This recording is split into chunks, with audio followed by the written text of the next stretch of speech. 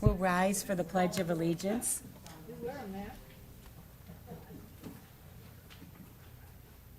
I pledge allegiance to the flag of the United States of America and to the republic for which it stands, one nation, under God, indivisible, with liberty and justice for all. Ashley, you want to take the roll call? Michelle Blythe. Here. Jan Schweddy. Here. Deborah Nelson. Here. Marilyn Early. Here. Jessica Stickles. Here. Dawn Vanny. Here. Mike Hobson. Here. Madam Mayor, I move to approve the agenda as presented. Second. Question? All those in favor? Aye. Any opposed? If we have any members of the public that wish to speak to the council about any matter on the agenda, not the public hearing portion of the meeting, we'll give you 3 minutes at the podium. And we do have Nathan Ibsen signed up to speak. That podium there. Ashley will get a microphone for you.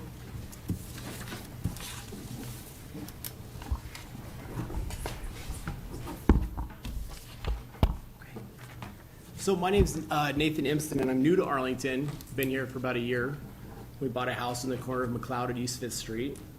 And I'm a veteran and spent a lot of time in Iraq and Afghanistan, and let's say I'm very aware of what goes on around the neighborhood, my house, the streets, and everything else. So I installed cameras because, just protect the family and see what's going on. And it's the problem that we're having pretty much the entire last year is moving here for the first time is just this incredible disregard for speed limits. Stop signs are a suggestion to most people in Arlington.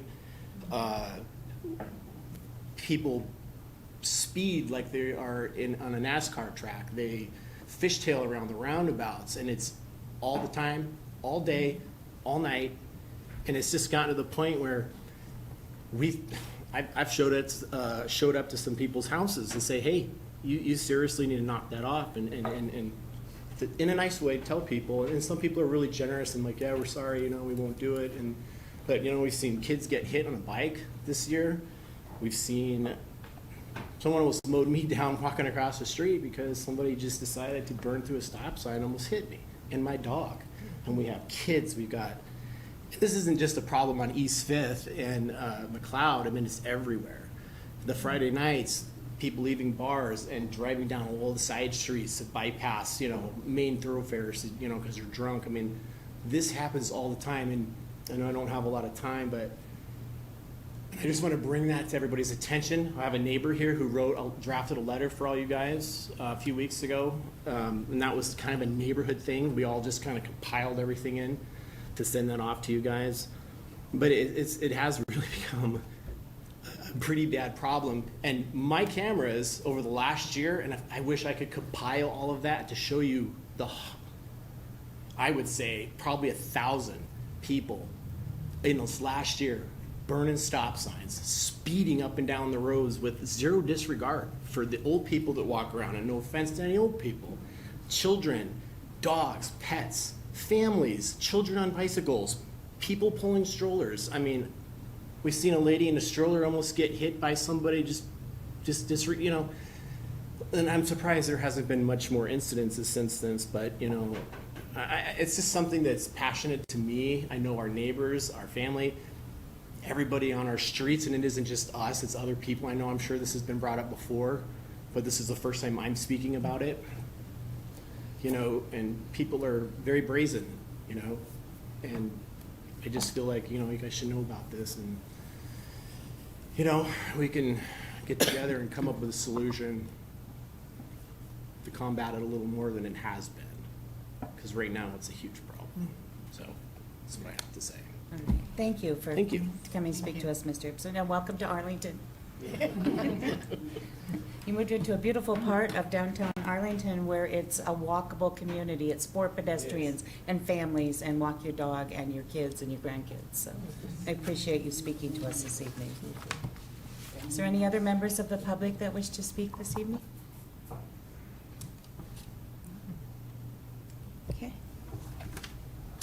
Madam Mayor, I move to approve the consent agenda consisting of the minutes of the July 19th and July 26th, 2021 council meetings, as well as the approval of EFT payments and claims checks number 103300 through number 103417, dated July 20th, 2021 through August 2nd, 2021, for $1,793,390.98.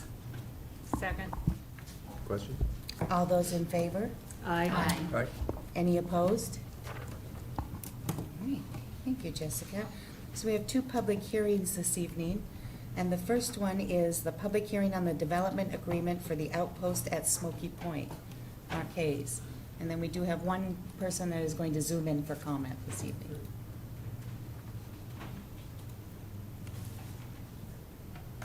It's a bring your own microphone podium.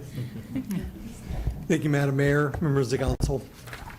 The first public hearing agenda item is the development agreement for the Outpost at Smokey Point. And so the proposed development agreements describe certain conditions and uses for the subject project.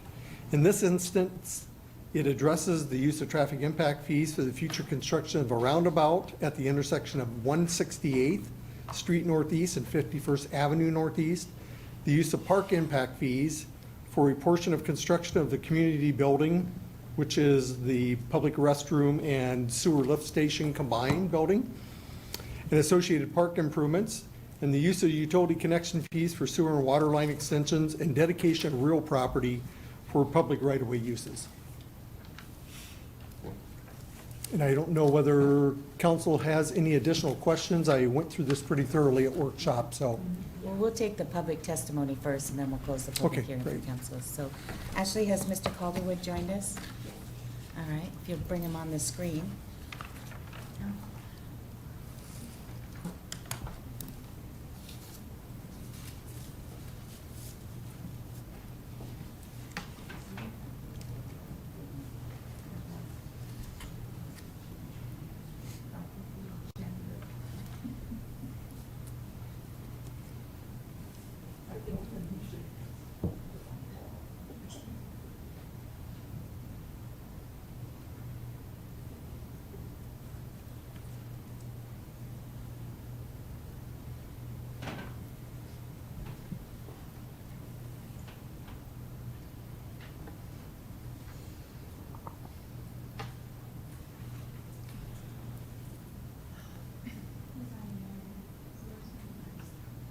I'm sorry, I didn't hear you. He's unmuted. All right. Mr. Calderwood, you are unmuted. Good, hello, if you'd like to start on your video, you can come in and make your public comment at this time. Hello? Can you hear us? Can't hear a thing. Oh, can we unmute the board? The Zoom board?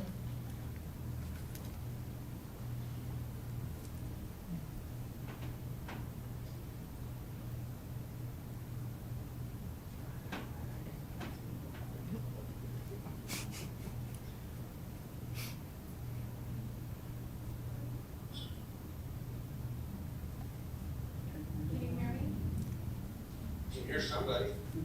Okay, Mr. Calderwood, thank you. We're getting used to doing hybrid meetings, so you have to work through the technology of it. You're here to make public comment on the development agreement for the Outpost on Arlington, and your time is now.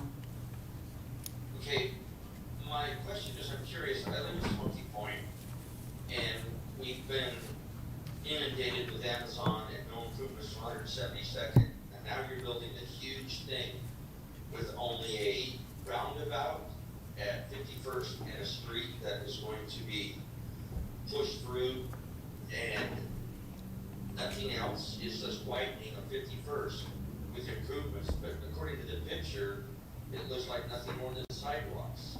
We have a traffic dilemma, and it's not being addressed as all this stuff keeps going forward. That's my question. All right, thank you. Mark, do you want to address that? Certainly. And speaking is Mark Hayes, the Director of our Community and Economic Development Department. So just to answer a few of the questions here, there are several improvements. One development certainly cannot pay for all the transportation improvements that need to be done, but this development in itself will be constructing the roundabout at 51st and 168th.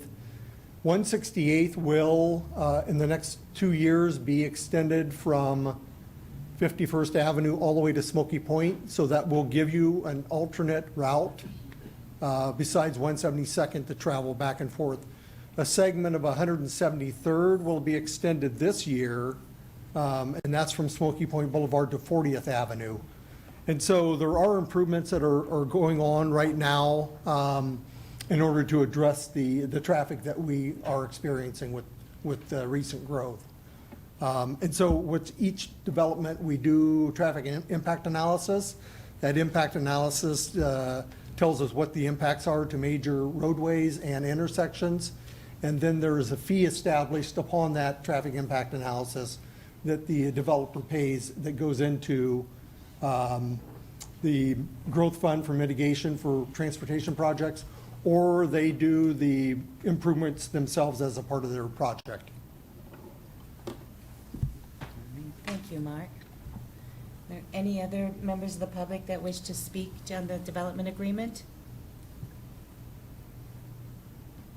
Okay, at this time, we'll close the public hearing and open it up to council questions. Deborah? Mark, could you also, maybe just for the public's understanding, speak to the work that's being done on 172nd too? That we're in the process of widening that. It's in design right now, or right-of-way? That is correct. Purchasing? Yes, so WashDOT is under design right now. They are designing it to a 30% design, and then it will go out to contract for design build contractor to do the construction of the widening. And so as part of that, you'll see improvements occur to 43rd Avenue, 51st Avenue, 59th Avenue, and 67th Avenue with roundabouts at those intersections. And then the widening will include 2 additional lanes on the south side of the existing alignment. So that will become the westbound lanes, the existing roadway, and the new lanes will be built to the south of that. So you'll have 172nd will still be functional during the construction of the additional roadways, of the additional lanes. Thank you. Are there any other questions for Mark on this development agreement?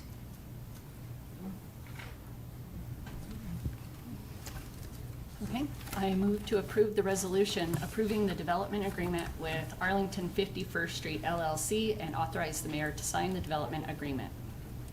Second. Question? All those in favor? Aye. Any opposed? All right, so we'll move into our next public hearing, which is a development agreement for Centennial Park, Phase 1 and Phase 2. Thank you, Madam Mayor. So as the second development agreement for public hearing this evening, this will be for Centennial Park, Phase 1 and Phase 2. In this instance, this is describing certain conditions and uses for the subject project. In this instance, it addresses the permanent use of the building types, the variance for a stream buffer reduction as a part of the development, and the dedication of real property for public right-of-way uses. All right, thank you. Are there any members of the public that wish to speak on the development agreement for Centennial Park? All right, seeing none, we'll close the public hearing and open it up for questions from the council. Jan? Mark, if you would respond to the question I asked you before the meeting, because, I read that thing 3 times and it's really confusing. And so that's why I came to you before the meeting and asked, and I'll bet you there's some council people who would like to know the answer to. Certainly, yes, thank you very much. So as part of this development, there were live-work units that were constructed with the multifamily. So a live-work unit does this. It is a 2-story unit, and it's based upon a small business being able to operate on the ground floor of that unit. And then the owner and operator of that business lives upstairs in the residential unit. So in this instance, they didn't have a demand for live-work units at this time. And so they utilize what we allow as called a flex condition. And so the flex condition does this. It requires the building to be built in the commercial standard that's required for that. But it allows them to utilize the entire building as residential use until such time that the market responds and there is a demand for it to be a true live-work unit where a commercial or retail business does locate on that ground floor. Jan, could you just turn your mic on? Oh, sorry. Thanks. You're not we're not picking up the audio. Oh, So, okay, thank you. sorry. Go ahead, Deborah. So, Mark, along in that vein with the live work and that there's not a need at this time, so do developments like that, how do they assess there's not a need at this time? Did they advertise on their website? Like, because I went to their website and I saw all the, the different types of apartments and the prices, but I didn't see anything, and I could have missed it, advertising that they had the live-work type of situation there. So I'm curious how they attract that type of a renter. Yes, and I should have expanded on the conversation we were having. So as part of that, their marketing, they have to include that this is a live-work unit, and that if you were to want to establish a small business there, that's what this is intended to do.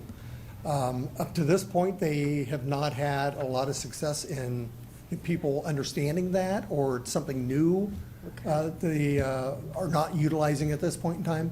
The one thing I will say, though, is this. Prior to the 5th year after the building has a certificate of occupancy, they have to provide the city with a market analysis.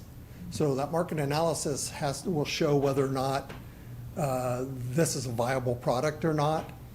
And so they have to give that to us before that 5th year. During that interim between the 4th and the 5th year, we then decide, okay, do we allow this to extend out a number of years, or do we just require them to find somebody and, have to go out into the market and press for that to find somebody to occupy those live-work units, so. Because the company we just passed, or did the prior public hearing on, part of their plan for that development is some live workstations also, correct? Right, and that's what he proposed in the original layout of the development. He's now rethinking that also because of this, this market that's not quite here yet for that. Okay. We think that it will be within the next 5 years for sure, but it Okay. just has to move this way. People have to find out what, how successful it is, whether it meets their lifestyle. But somebody who's starting up a business, an incubator business, it's really beneficial to them because they can live in that, they can operate out of that, they could do all of their research, their work, and sales out of that unit, and live above, so they're not paying for rent to live somewhere else. So It's like what I was for 15 years with my studio, on the first floor, and I lived on the second, third floor. It's just that was my house, not right, and that's a home not occupation. rental. So really, we're creating the home occupation Yeah, potential with these units. So, but we certainly think it'll be successful. Yeah. It is successful down south. It's successful around the nation. It's just a matter of it catching up. okay. North Thank here, you, I appreciate it, and I agree. I think it is a good idea. Yeah, thank you. Okay, Marilyn was next, and then we'll go to Michelle. Okay, I was just wondering, so there isn't a real market, a strong market for this live-work situation right now, but, so if they rent out the, I don't know, the condo or whatever you want to call it, and all of a sudden the market changes, and so say all of them are filled with people who just live there. So then all of a sudden it's like this hot market for live work. What happens to those people?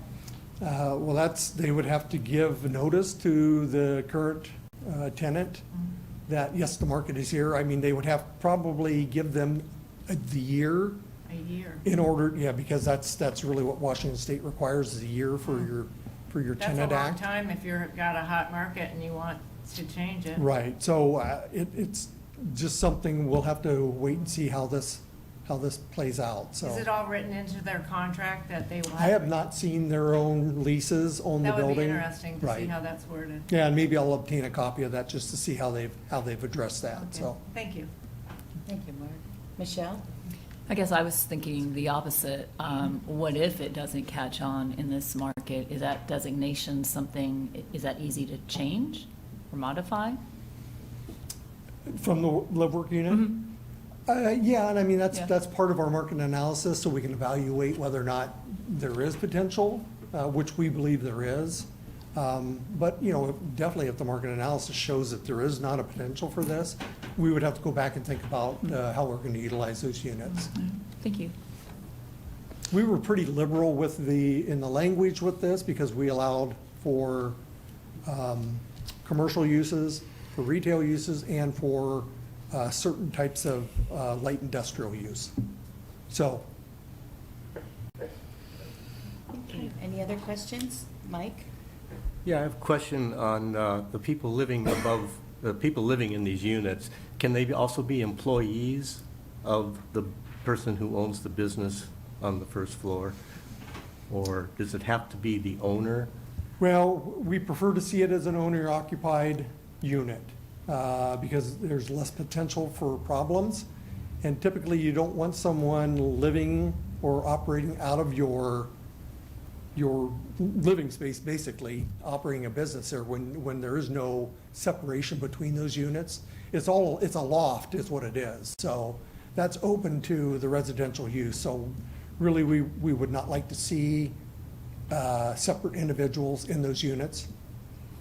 So if there are things you don't like about what's going on there, can you shut it down and say, I mean, I'm kind of repeating one of the previous questions here, but it seems like if things don't work out, there really has to be a way to just say, no, you know, this is not working here, and we're not going to make this, is it going to be market rate, all these units, if you end up with people there other than the employer?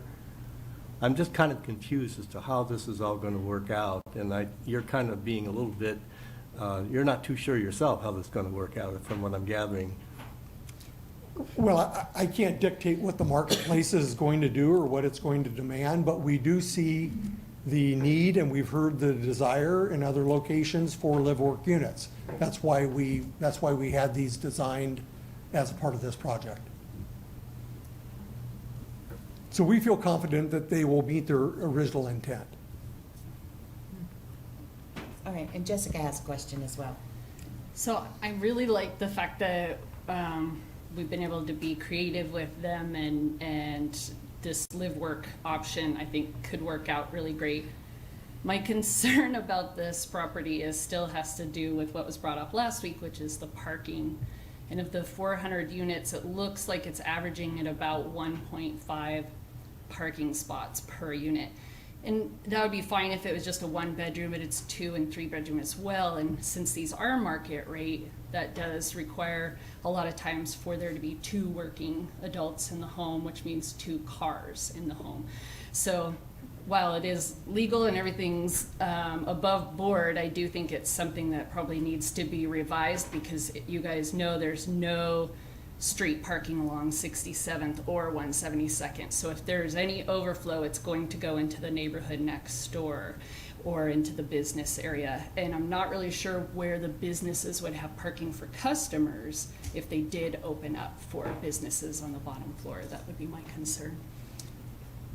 So to get to that question,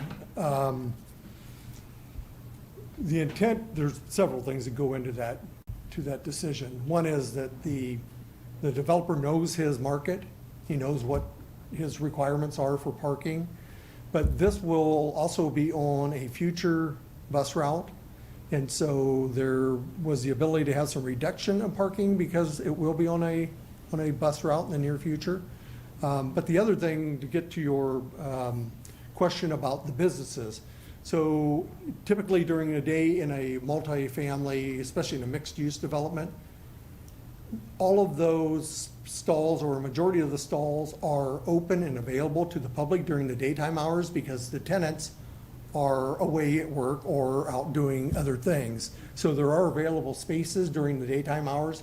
You see the parking lot fill up at night when people are back home, sleeping and doing their normal course of private business. So that's why that equation for parking works that way. So there are a lot of things that go into that analysis to figure out what the maximum parking yield is. So. All right, does anybody else have a question that hasn't already asked a question? Can I do a follow-up? All right, go ahead, Michelle. Is this the same location that someone that spoke to the public a couple weeks ago had already moved in and had issues with the parking? It is? Oh, okay. Yes, Okay. yes, yeah. I can address that. That person has 3 vehicles. But there's only one person. Okay, you guys, if you're gonna we're in a public meeting, so your comments have to be to the public. Okay, so that was all. Thank you. Thanks, Michelle. You're welcome. Any other questions or comments? Okay. I move to approve the resolution approving the development agreement with Centennial Park 5J LLC and authorize the mayor to sign the development agreement. Second? Question? All those in favor? Aye. Any opposed? No. All right, the development agreement passes 6-1. Thank you, Mark. Great, thank you. Next item in our new business is the Memorandum of Understanding with the Port of Everett. Paul. Thank you, Mayor. This is a memorandum of understanding with the Port of Everett. The Port of Everett and the City of Arlington have a long-standing relationship working together. We just decided it was time to memorialize that with an MOU moving forward. The port and the city both have been collaborating on the Cascade Industrial Center.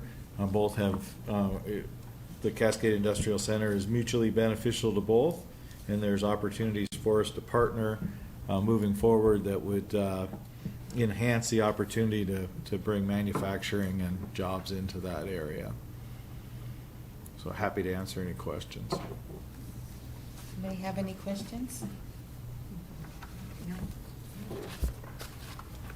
I think the port has been a great partner with us for many years. I move to approve the memorandum of understanding with the Port of Everett and authorize the mayor to sign. Second? Question? All those in favor? Aye. Any opposed? All right, passes 7-0. All right, the next item is the low bid award for the wastewater EQ basin. Jim Kelly. Thank you very much, Madam Mayor and council members. This item before you is a request to authorize award a bid to the low bidder for the water reclamation facility equalization and digested sludge pumping project. This project was brought around primarily because in 2019, upon the reissuance of the plant's NPDES permit, that's a National Pollution Discharge Elimination System permit, we were given 5 items that we had to do to upgrade our plant. We went out, we hired the same team that designed our plant. We designed and permitted all the upgrades. We went out for public bid. McClure & Sons were the lowest qualified bidder, and we are recommending that we award the contract to McClure & Sons in the amount of $1,460,978.06. Okay, thank you. Are there any questions? Jim, could you just address, I think, is this the one you told us last week you had a protest on the? The next one. Oh, next one, okay. Okay, so I move to award the water reclamation facility equalization and digested sludge pumping project to McClure & Sons Incorporated in the amount of $1,460,978.06 and authorize the mayor to sign the construction contract. Second? Question? All those in favor? Aye. Any opposed? All right. Okay, we'll move on to your next item, Jim, which is the low bid award for lift station number 16. Thank you very much, Madam Mayor and council members. I did present this item last week at the council workshop. This week, attached to the council agenda bill is a resolution. A lift station was needed out to support the Cascade Industrial Center that's growing in between 51st Avenue and 43rd Avenue. Direct gravity flow to the next lift station 12, was not feasible. So we worked with the developers and we went forward and we designed a lift station 16, to meet the current and the future needs of this area. We permitted through the Department of Ecology and we went out for public bid. The low bid was in the amount of $1,349,073.20 to Equity Builders. A bid protest was launched by Strider Construction contesting that Equity Builders wasn't qualified or didn't have a qualified subcontractor to install HVAC work. But they did. Their subcontractor, Advanced Power LLC, is a electrical contractor 01, an EC01, and he's qualified to perform heating and ventilation installation and electrical work. We have included a resolution officially rejecting the protest by Strider Construction, and we will notify Strider if this passes tonight that that his protest was rejected and that we intend to award the contract to Equity Builders. Are there any questions for Jim on this? Okay. I move to approve the resolution rejecting the bid protest and authorize the mayor to sign the resolution and award Cascade Industrial Center Lift Station 16 project to Equity Builders LLC in the amount of $1,349,073.20 and authorize the mayor to sign the construction contract. Second. Question. All those in favor? Aye. Any opposed? All right, motion passes unanimously. Next item is the Murraysmith contract amendment number 3, also Jim Kelly. Thank you very much, Madam Mayor and council members.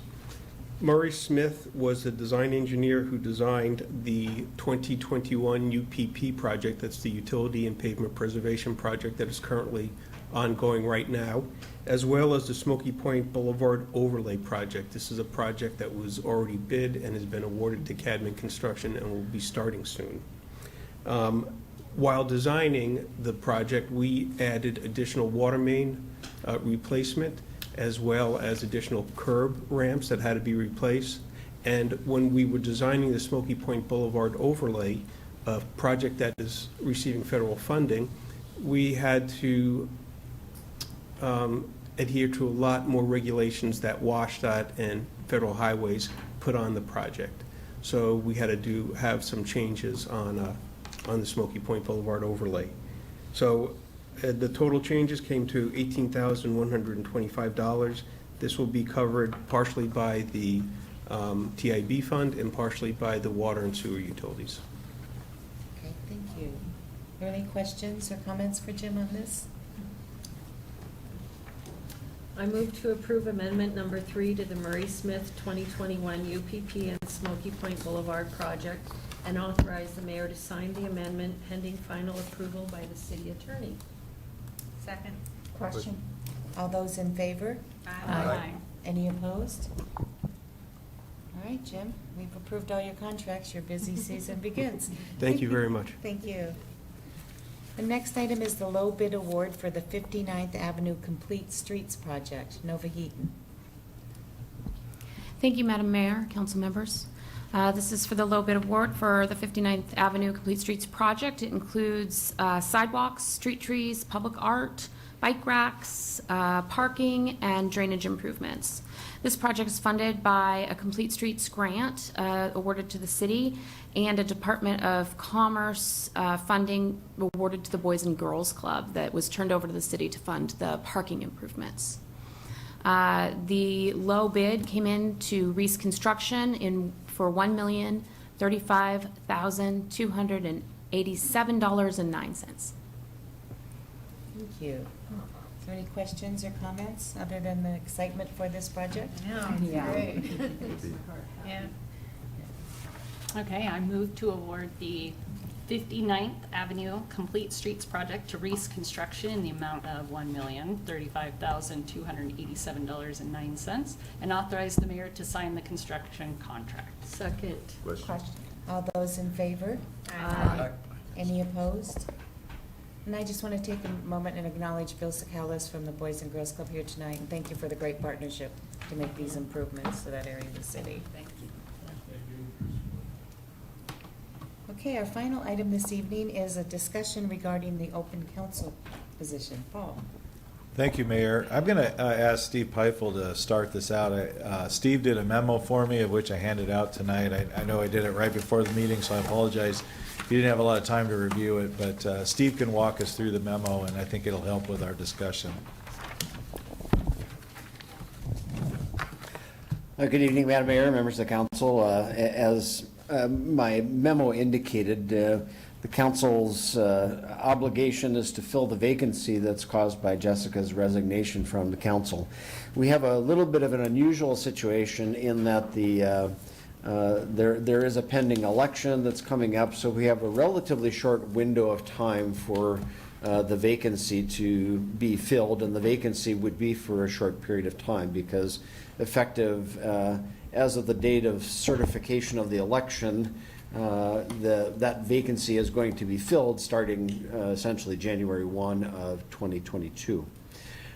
Currently, your council rules spell out what the process is for filling a council vacancy. Just as a reminder, those council rules of procedure are subject to being amended. You can change your procedure anytime you choose to do that. But if you don't change them, the procedures call for a series of steps. Councils to widely circulate the notice of the vacancy and what the procedure is for filling it. It calls for an application form to be sent out to those interested parties.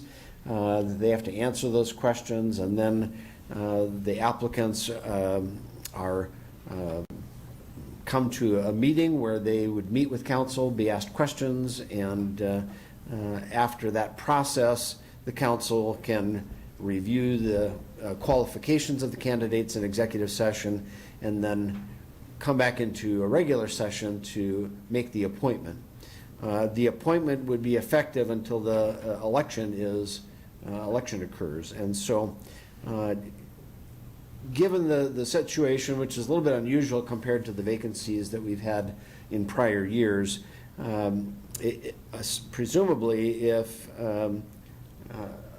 because Heather Logan has filed unopposed for this position, unless there were a successful write-in candidate, she would be elected and would fill the position as of January 1 of 2022. And so council would be filling this vacancy for the time period between Jessica's effective date of her resignation and around December 31st of this year.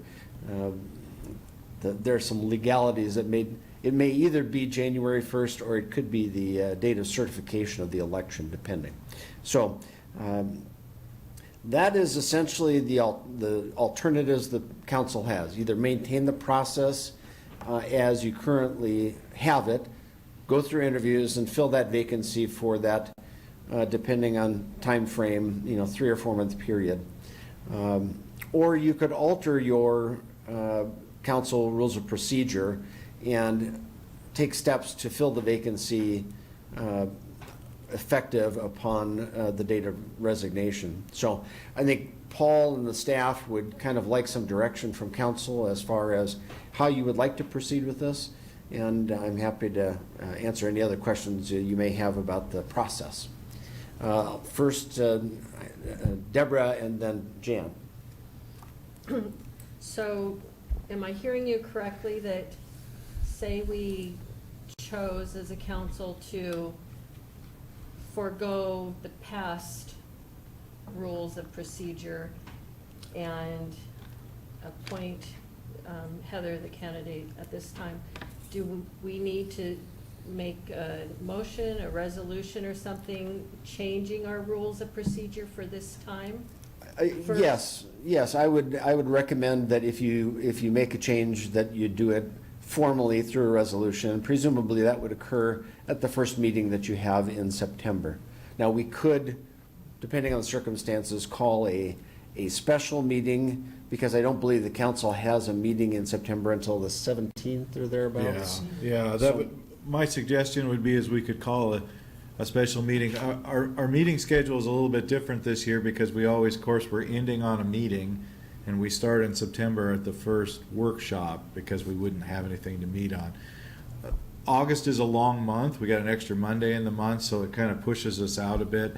So what I would propose to council is we'll call a special meeting September 7th, which is the Tuesday after Labor Day, which would have been our regular meeting time had we not been on break.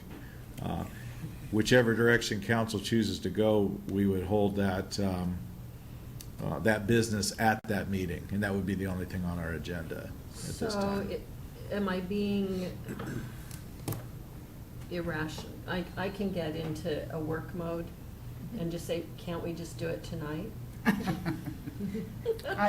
for that. But that's just me. So you tell me, whoa, slow down your horses, so I'm just wondering, before we enter into discussion, so we as a council know our perimeters of what we can and can't do. We would need to prepare the documents. Okay, so waiting until the 7th There would be of September there would be more beneficial. potentially a 7-day lapse in that seat would remain open for 7 days Okay, if we called the special meeting.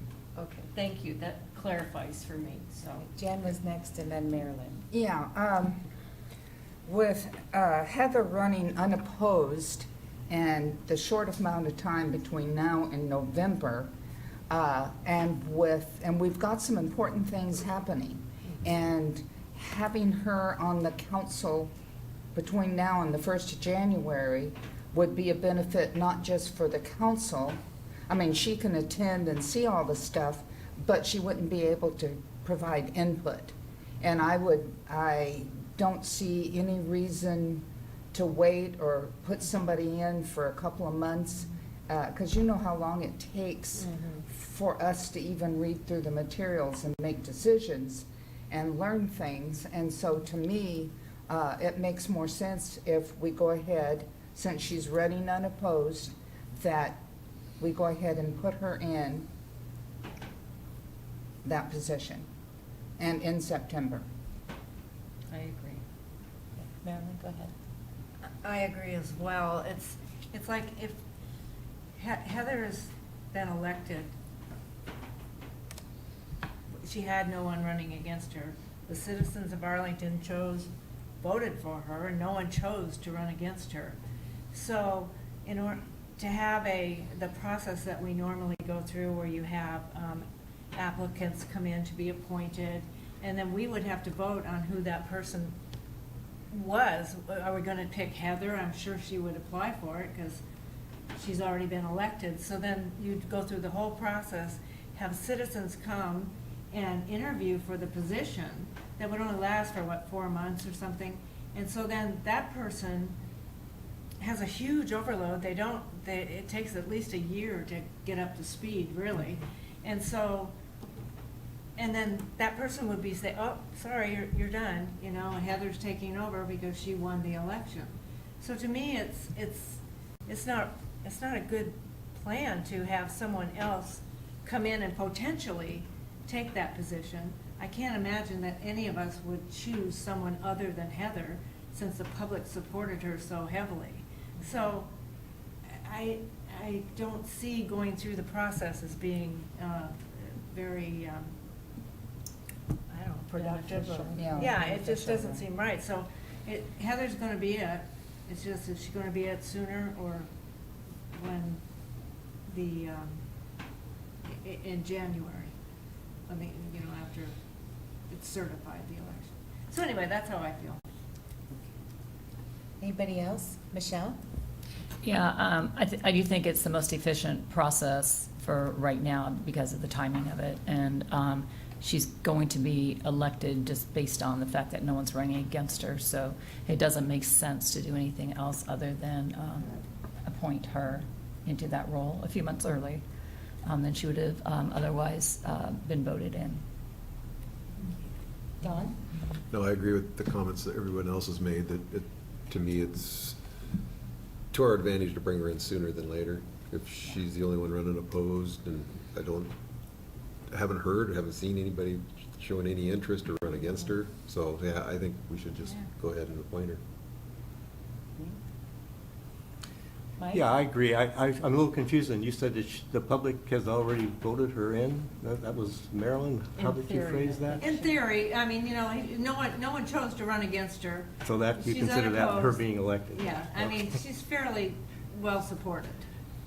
Yeah. Very I mean, a write-in candidate would have a very slim Yeah, chance. I understand now. I mean, I understand what you're saying. I was just a little confused about how you phrased it. And I agree with the line of thought that's going through the council here, is that she is going to be a member of the council, and therefore, we're just wasting time, really, bringing somebody else. I guess we could say the person that would just, doesn't sound like this council would appoint anybody else anyway, from what I'm hearing. But if that were to happen, you could maybe make that person, one of the criterion for that person would be that they have to run as a write-in. That's part of their I qualifications. don't think by law we can do that, Mike. That's, No. yeah. So I do agree with the line of thinking that's going through the council, and I would support that. Thank you. Jessica, do you have anything to add? Nothing to add. Okay. So Paul, I guess that gives you the nod of direction of which way the council wants to go. Yeah, You so and we Steve. will prepare the documents that we need and advertise for the special meeting on September 7th. I guess my last question to council would be, since this is a special meeting, council could elect to have it at 7 o'clock or a different time. So if you wanted to move it up and have it earlier, 5:30 or something before dinner, you could elect to do that. I would just need to know so we could advertise properly. Could you, for the sake of time and expediency, could you have Wendy send us out a poll on potential Sure, starting times? we can do that. We have enough time. Okay, I have one other question. all right. On this subject, Deborah? Yes, Okay. well, it's attached to the resignation of Jessica, Okay. who is Mayor Pro Tem. So at this special meeting, would that be the time that we would be choosing the next Mayor Pro Tem? Is that appropriate timing, or do we wait till? So we normally would do that in the new year, but I'll defer to the city attorney on the process for that. That's a good question. Hadn't thought of that. I will look again at your rules of procedure. Normally, it's done, I think, in January, but I can't recall whether it's Right. even or odd years. It would be this coming January. Would it be this coming January? And typically what we have done is if the mayor and the mayor pro tem was absent, It would go to the next. The last standing mayor pro tem before that would run the meeting. So that's, and I'm fine with that, I just want to make sure we're following procedure, so, So we'll let Steve get back to us with some advice on that. Yeah. Thank you. thank you. All right, any other questions on this topic? All right, are there any comments from council members this evening?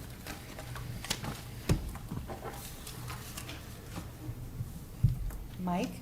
Yeah, I have just one comment. I get a lot of comments from the public, I don't know about a lot, but several comments from the public that are, as we all know, there's a lot of growth taking place here in town, and I hear about it.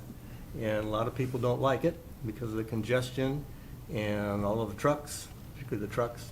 And so sometimes I'm at a loss as to explain why it all has to be at once. You know, why all the growth and all the building and all the trucks and all the congestion has to happen now and not spread out. What is the philosophy, or what can I say to these people when I'm confronted in that manner? And that's, I guess it's more of a question than a comment, a combination of a comment and a question, I guess. Well, you know, one thing that the council or the mayor doesn't have any control over is the free market.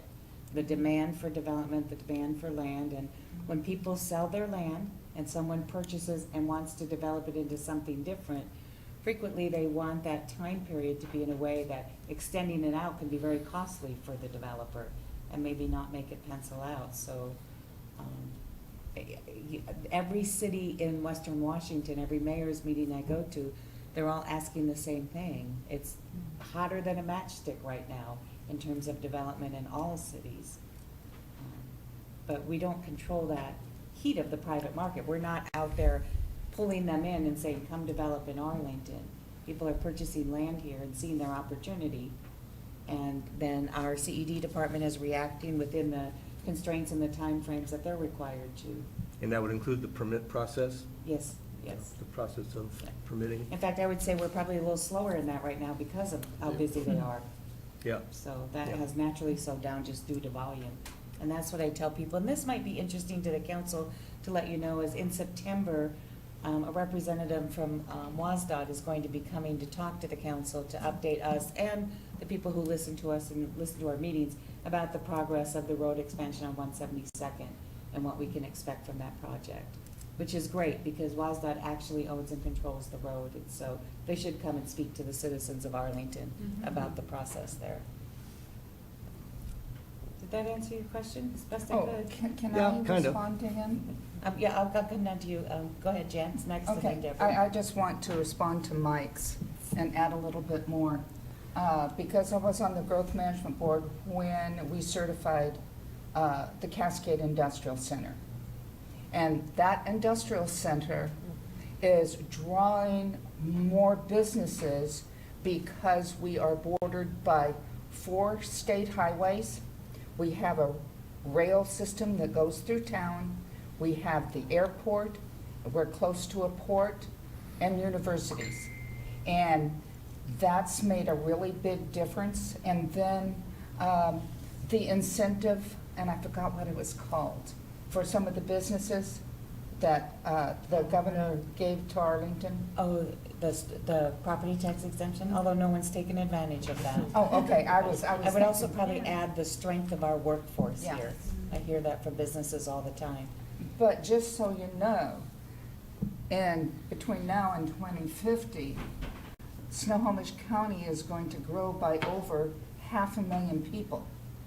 And PSRC has been pretty doggone good when they've been estimating things. So there's a lot of growth coming, and it's going to impact us a lot because you look down at Mill Creek and Montlake Terrace and in the southern part, and they're full.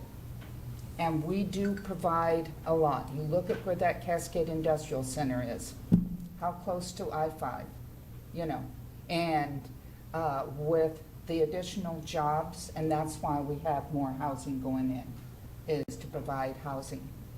But we're in a perfect spot.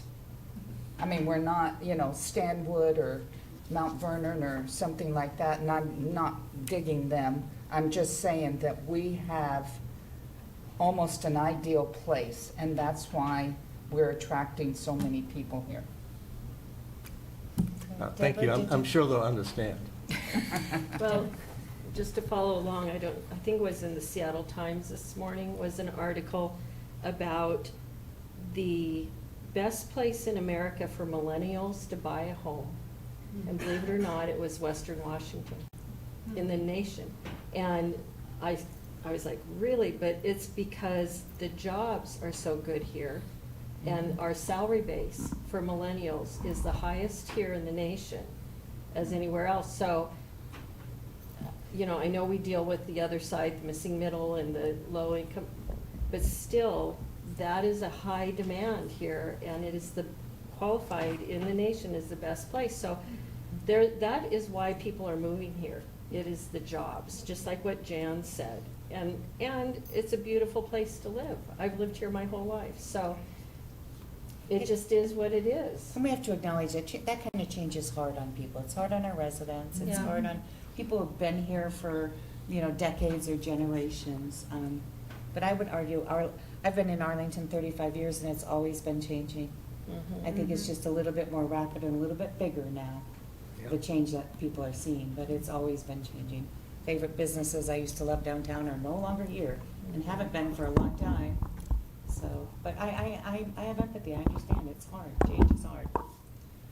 Is there any other comments from council members this evening? Michelle? I hope it's okay if I can just make a comment to Jessica, since this is your last meeting, and just thank you for all your support. You were the first person I called 2 years ago when I wanted to run for office, and you were super excited about it and gave me so much support and, gosh, an education that was invaluable to me. And I think you'll probably still do that because I'll still call you, but just want to thank you for that and wish you the best of luck in your new happy future. Okay, and on that note, thank you, Michelle. I also have a presentation to make to Jessica. Do you mind if I do that first? Sure. Okay. I wrote mine out so I could remember it all. So Jessica, it's been a pleasure to serve the city of Arlington and its residents with you. In your time on council, you've served as a liaison to the planning department, the airport, the police department, the fire department, and the lodging tax advisory committee. The past 2 years as mayor pro tem, you have represented the city's interest on the Snohomish County Human Rights Commission, Washington State University Advisory Council, and beside me to our legislators in Olympia and DC. For the past 2 years, you've focused on the Regional Fire Authority, ensuring we have fantastic EMS and fire response that's sustainable for years to come. I appreciate your willingness to discuss many topics and your focus on solutions. You were a great team member for the council and were always gracious in contributing your thoughts and ideas. I especially respect your knowledge of small businesses and your strong advocacy for making sure in Arlington that we have a welcoming and supportive environment where they can survive and thrive. Thank you for working and mentoring chamber leadership in the city of Arlington with the experience you gained in your professional life. That was invaluable to them and to the city. I hope the changes in your future will benefit those around you and those that work with you in the same manner that you have benefited me, the council, the staff, as well as the citizens and the businesses of Arlington. And here's a beautiful plaque for your new office.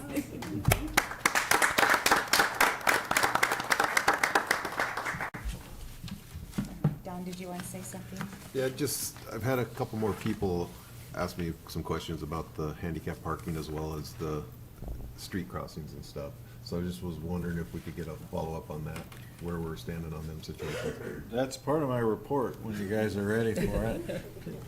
I think we're done with comments from council members, so Paul, is there an administrative report this evening? Yes, as I promised, I wanted to give an update on some of the projects transportation related in Old Town, and I'll start with the ADA parking, actually parking in general. So Public Works did an evaluation of our parking downtown, ADA parking specifically. We have 14 ADA stalls in the public parking downtown.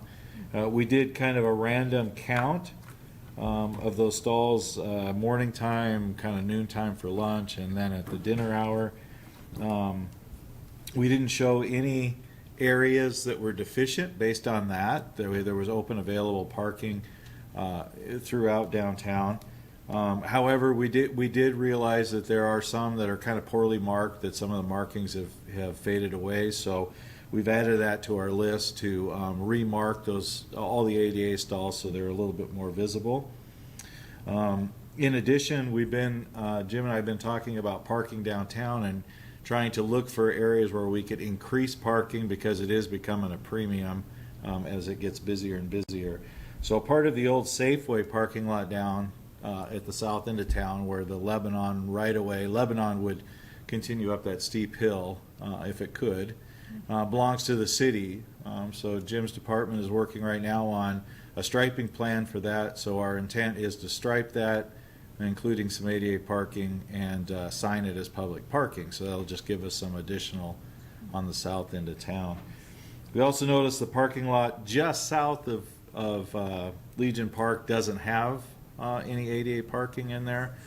So we'll look at the possibility of at least adding one stall there to provide a little bit more. Another right-of-way parking opportunity that we've been working on is the 5th Street right-of-way west of West Avenue. So that 5th Street no longer goes west of West Avenue. City owns that, so we're also doing a parking plan for that area there to create some more parking. We've been coordinating this with the Duskins and the pharmacy parking there, You've probably seen that they tore that old blue metal building down a few months ago. Their intent is to add their own parking in there because they're having a shortage of parking also. And so really what we're working to coordinate that so that it all ends up working together. And then last on the parking was temporary ADA stalls for events. We've been informally doing this the last couple of years since it came up a couple of years ago at the street fair, which is adding ADA parking. Well, we're just formalizing that so that maintenance and operations automatically adds 9 more ADA stalls downtown when we have events like the street fair, when it's a little bit heavier parking use, and to allow for more handicap parking. And then on the crosswalks, again, Public Works has worked on looking at our crosswalks and ways to make them more visible. So I'll start with the trail crossing at Division and at Burke. Those are both mid-block crossings.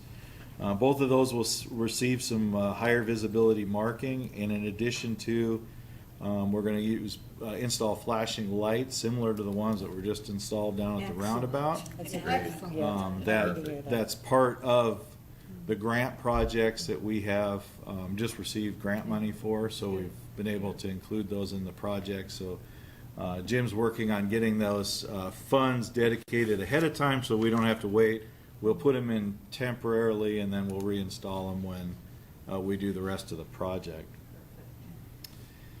We're going to test out some new paint product on Broadway and Division crosswalks.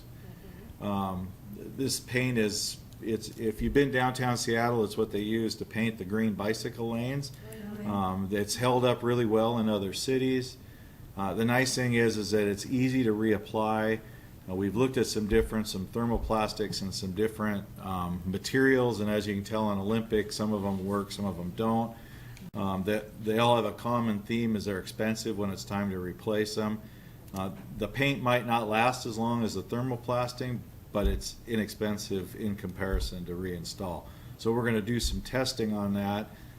If it works out like we think it will, we'll continue that and also do the Olympic crosswalks with a higher visibility paint. Well, if we move to the paint products, then our staff can repaint them when they need it. Exactly. So we don't have to hire somebody to do a thermoplastic. Right, Okay. exactly. That'd be much. We're also going to increase, when we do our thermoplastics, we're going to increase the width of the white stripe that you see downtown right now. Currently on Olympic Avenue, we have a 6-inch stripe, or maybe a hair over, which is a minimum striping size. We're going to increase those to 12, so it'll just make it a little more visible, both to the pedestrian and the driver. The ones on First Street are good, the white with those big white, it just jumps out at you. Yeah. Yeah, those are good. So the also projects that are coming up, the Division Street rehab project is going to rebuild the traffic circles in there. So what you're going to see is, from right now we just have the white striping to direct drivers around the traffic circles. Those will be replaced with actually a raised rolled curb, which will force the vehicles to stay in their lane when they're going around the roundabout. And the idea is that that's a traffic calming device that will slow the fast traffic down there. We're going to add an additional radar trailer to our fleet so that we can do more education in the downtown area specifically, but throughout the city. Our radar trailer is getting old.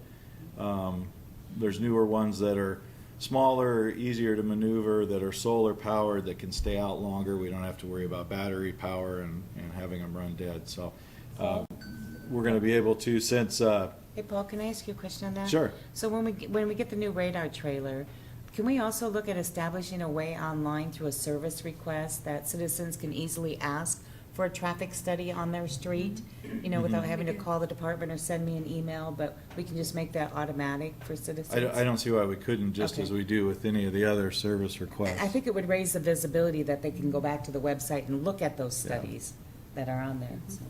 Yeah, and we will continue the traffic studies that we've been doing. We've stopped doing them downtown a little bit while we got those water projects going, because of course most of the streets in Old Town on the hill are tore up right now, but as soon as they get repaved, we'll again do traffic studies on there. That helps us determine the times that we're having, higher volumes of fast vehicles on there, so that we're not sending, officer out there to do traffic at 6 in the morning when the reality is it's 6 at night when the fast traffic's occurring. And then the last thing I wanted to mention is that we've been testing radar signs, traffic signs. We had some out on Cemetery Road for a while. These are kind of semi-permanent. We put them up in place of the speed sign. Not only do they alert drivers to their speed, and we had a really good, we believe it worked really well on Cemetery Road for educating the drivers, but it also collects the data for us. So again, we can see when the fast traffic is occurring, and we can then go from education to enforcement if we need to, and we'll know kind of when those higher peak times are. We've since moved that those radar signs to 211. That was another one where we heard a lot from the neighborhood about fast traffic in there. We're just at the point now where we'll download that information and see if, since we put them in, if speeds have dropped on that road. Anecdotally, I've gotten some positive comments from the residents in that area, but we haven't looked at the data to see if it's actually made a difference. So we're kind of still testing that, but the plan is that if we're having the success we think we are, we'll go ahead and purchase some more of those signs so that we'll be able to deploy them in more than one area at a time around town.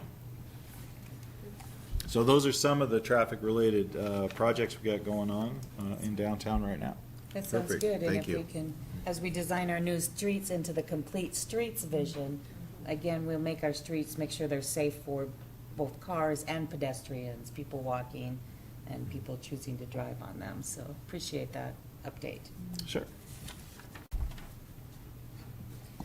It's funny how one side of town, we just hear traffic's too slow and it doesn't go anywhere. But on the other side of town, they're going too fast. We need to bring both sides together and find a happy medium. All right. So council, this is our last meeting, I hope, for the month of August. We'll see you September 7th for a special meeting. We'll send out a survey to find out if we can do it a little bit earlier, and we'll do that. So I hope you have very enjoyable August off. We'll all still be here working, so don't hesitate to reach out if you have a question or you need something. Okay. Madam Mayor, I move to adjourn. Second. Question? All those in favor? Aye. Meeting adjourned.